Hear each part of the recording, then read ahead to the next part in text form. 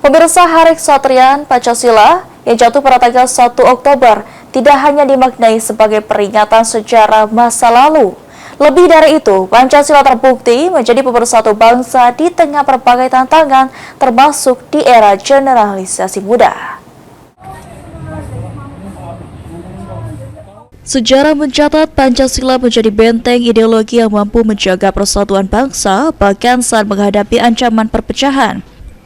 Salah seorang sejarawan sekaligus dekan Fakultas Adab dan Humaniora UIN Raden Fatah Palembang, Profesor Endang menegaskan, peristiwa G30S menjadi bukti nyata Pancasila adalah perekat bangsa dari segala bentuk ancaman ideologi. Momen 1 Oktober sebagai Hari Kesaktian Pancasila tentunya ini mengingatkan kembali kepada kita semua, bangsa Indonesia, bahwa ideologi Pancasila bagi kita semua merupakan ideologi yang harga mati.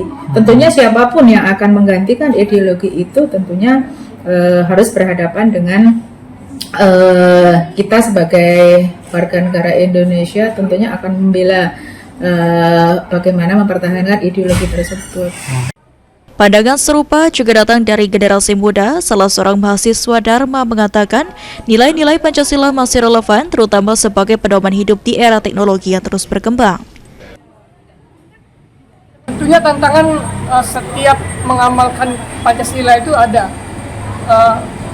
Sebagai salah satu contohnya, tantangan terberat kita adalah dengan kemajuan teknologi.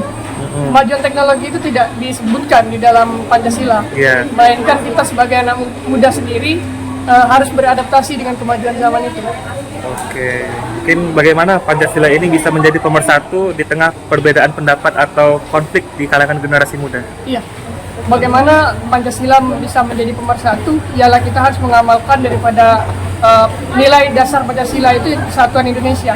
Ya. Mungkin bagaimana Dharma mengamalkannya, menerapkannya? Dengan menghormati perbedaan.